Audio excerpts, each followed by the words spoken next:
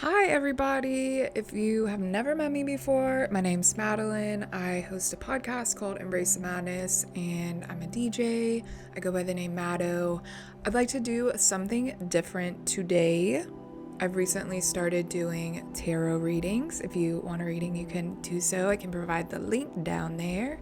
But I wanted to see what other kind of free content I could offer to my audience. And one of the ways that I thought of was doing collective monthly readings. So I offer individual month ahead readings. So if you want to do that, you can. But I also thought I could share with my community what I'm feeling called to share, and a spread just for the collective. And yeah. So this is the first one that I've done, so I'm sure it could change and evolve. But today I wanted to share about this idea of equanimity. And if you've never heard of equanimity before, it is a fancy word that means not too much on one side, just very balanced. You know, it's got the root prefix equa, which means equal. And so it's really just kind of this idea that you're just like level-headed and level-minded, and not too much on one or the other in terms of feelings and emotions. So the message that came through for this reading was moving away from this deep immersement in our feelings in such a way that's kind of unhealthy and could be detrimental. I think that it's so important to feel our feelings, and yeah, I do it too. I tend to intellectualize them, but I'm also sometimes in the past have been like just so, and it's really helped to move to this place where not like nothing triggers you, because I'm sure it's possible, but just this idea that you don't have like a humongous reaction one way or the other. It's definitely a practice, but just kind of moving away from this like really just intense feelings, wearing your feelings on your sleeve, moving towards this idea of like balance scales, less of the like black and white duality, and more of the neutral, just the neutral, go with the flow. And something too that is really important part of this process is how our thoughts can conjure certain emotions. And sometimes we have thoughts that are triggering the deepest, worst, most yuckiest feelings. And a lot of times it's because of the way that we're thinking about something or the reaction. It's those thoughts that tell our brain to trigger this emotion. So like if I have a thought that work is hard, then I'm going to have a reaction emotionally based on how I feel about, doing hard things, or what I feel like doing hard things takes, things like that. If another example comes to me, I will share it. But when we can be so swift and intentional and quick about our thoughts, we can actually kind of like halt it before it gets to be really bad. And like I said earlier, this is such a practice because we are having to retrain our brains to look at things as less scary. This whole idea of being completely immersed in your feelings, a lot of it is because our body is seeking safety.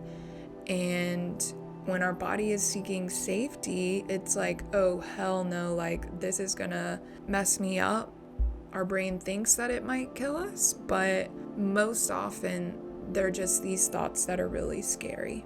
And I share a lot about it in my podcast if you're interested in more of the neurobiology of kind of peace and what the fight or flight kind of reaction entails. I can link that also. But going back we really have the power to stop these really intense emotions before we even get there.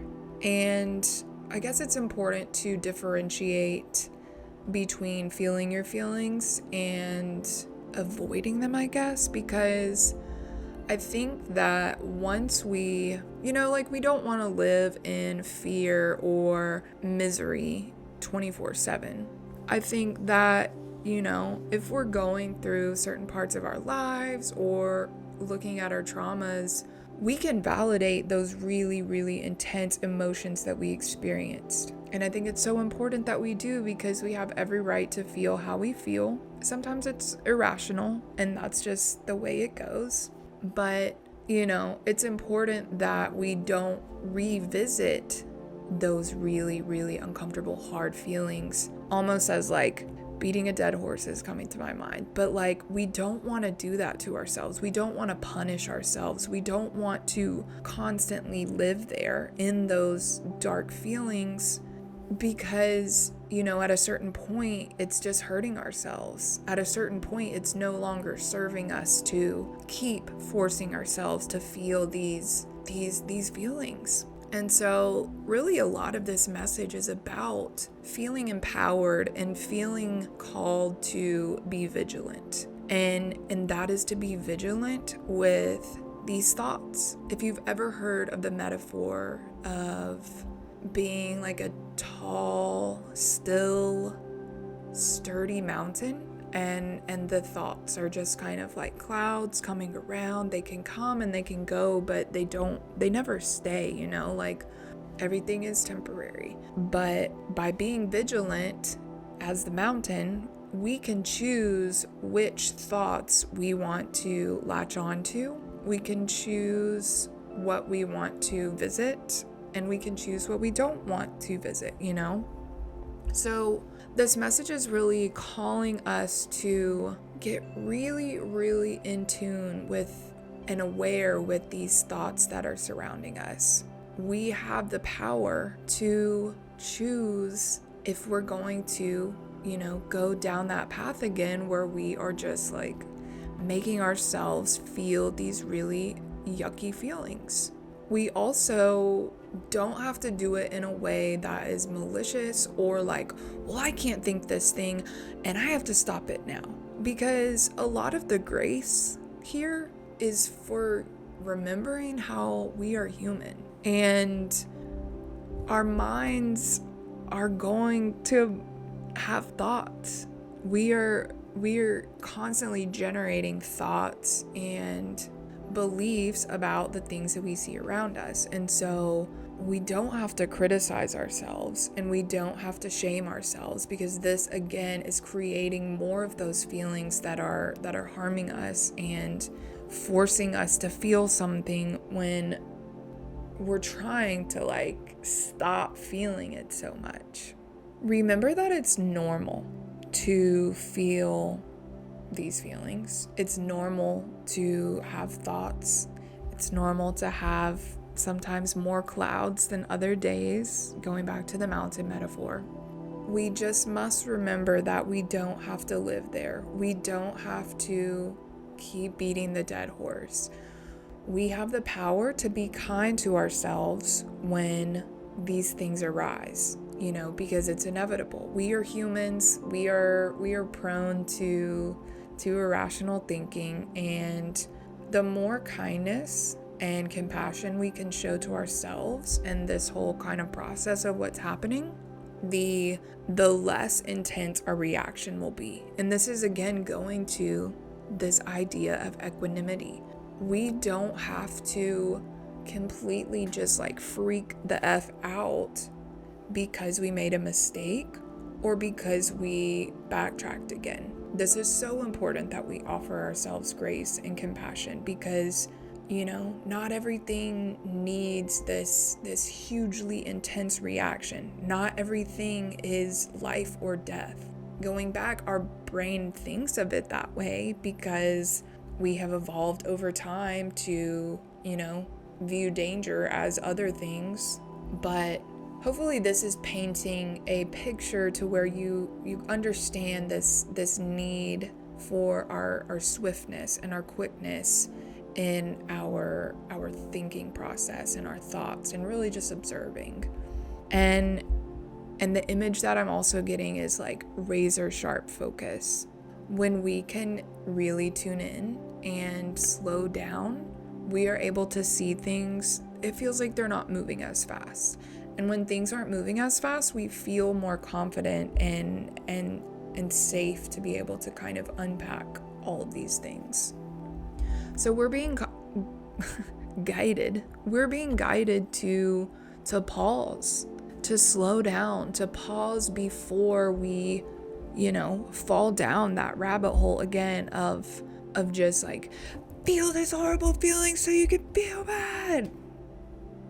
So again, from this clear, neutral, balanced place, equanimity, we can create this safe, calm, and relaxed environment for our ideas to come through, for our creativity to come through, for, just all of these opportunities to come through. Because I think what happens is when we create this really reactive, toxic is the word that's coming to my mind, environment, it's just that. It's not a good environment for these new, fresh ideas to thrive, because, they might always get shot down. Or this neutral, clear environment is going to help us identify with, and I was thinking of channeling, but really just connecting with this most creative and expressive self. And when we can start to let those feelings in, we begin to create the belief and build the belief that we do have a sense of power, and we do have a sense of control, and we are connected to this divine creator. And we remember that, beyond the depths of these human emotions, we are in control. We have the power to create anything at any time. And these emotions end up being, we realize, illusions. Like, not everything is so terrible. Not everything is so awful. Really, things are actually quite good. We might be addicted to the struggle. We might be addicted to the dopamine of and the cortisol of all of these really awful, intense emotions, Really, really quiet your mind and slow down so that you remember that you have everything you need. Everything you need. Everything you need is inside of you. The card that came through, I'll share this spread too, for anyone who's interested. But the card we are being called to embody is the King of Wands. And this is the one who sits on their throne with no fear, no doubt, no worry, only trust and power and belief and confidence and knowledge, and really trusting that they can do and be anything. They know that they are connected to source, and they know that nothing is going to stand in their way, And going back to this mountain metaphor, the King of Wands is really still, and they know that these thoughts they're gonna come. These clouds are going to come, but they let them pass. They know that they are just coming and going, and they know that anything that they give focus and energy to grows. And that could also include, these really intense emotions. They know that we don't need to beat a dead horse. They know that, they can feel the humanness of this moment, but they don't have to just dive headfirst into the misery and, the yucky environment. So really embody this energy of choosing where to shine your light, choosing where to shine your focus. Know that what you focus on will grow. When we constantly think about how awful and yucky everything is, we actually seek out all the ways in which that is true. Our brains want to validate us, and they want to prove us right, so they seek out and we focus on all the things where that is true. And so we're really being called and asked to acknowledge this and to acknowledge how this happens in our own lives. And really, I lost where I was. And we're being called to know that what we focus on will grow. And we're being called to ask ourselves, what is it that we want to grow? What is it that we want to create? Where can I now focus my energy so that I know I will grow this beautiful garden? We're also being asked to remember that every single tiny action, big or small, will add up to create big movement.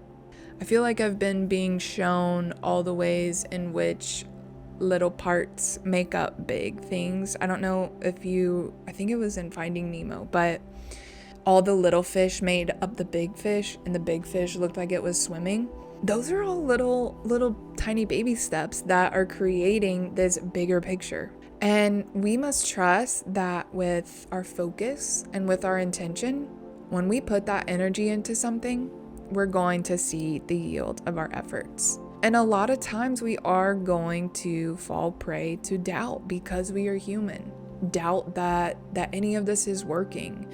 Doubt that anything we're doing is making a difference. But we're being called to embody that King of Wands and really trust that this effort that we've been putting in, this intention, is going to see a reward.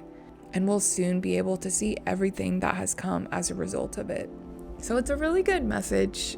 And I think learning how to, calm our nervous system is always a good practice to do, whether that's through intentional breathing or guided meditations, all sorts of things, which actually have tons of resources and things I've created to help you on this journey. And again, you can check out my podcast. It's free on Spotify and Apple Podcasts and lots of other ones.